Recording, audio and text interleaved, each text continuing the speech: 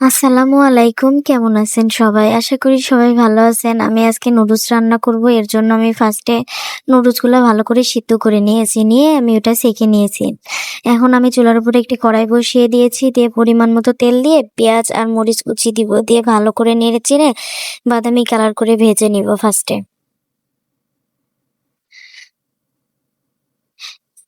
কিছুক্ষণ নাড়া হলে আমি নুডলসের ভিতরে যে মসলাটা থাকে ওটা দিয়ে দিব আর পরিমাণ মতো লবণ দিব। দিয়ে আমি ভালো করে পেঁয়াজ মরিচ নেড়ে নিব।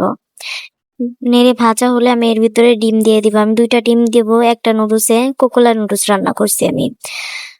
তো দিয়ে আমি এখন ভালো করে নেড়ে-চেড়ে নিব ডিমগুলা। ভালো করে ভেজে ঝুরা-ঝুরা করে নেব।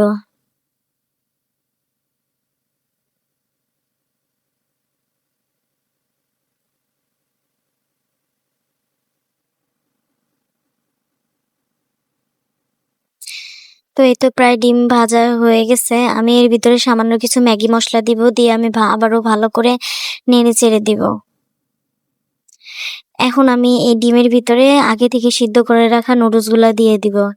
দিয়ে আমি ভালো করে ডিমের সাথে মিক্স করে নিব নুডলসগুলা।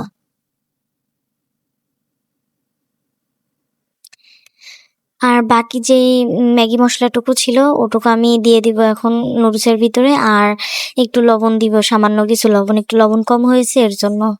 দিয়ে এখন আমি ভালো করে নেড়ে-চেড়ে নিব।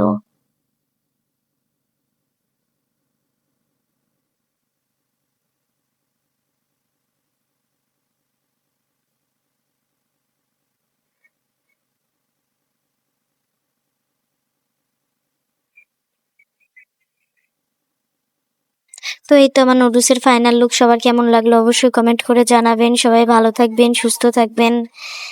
আল্লাহ হাফেজ।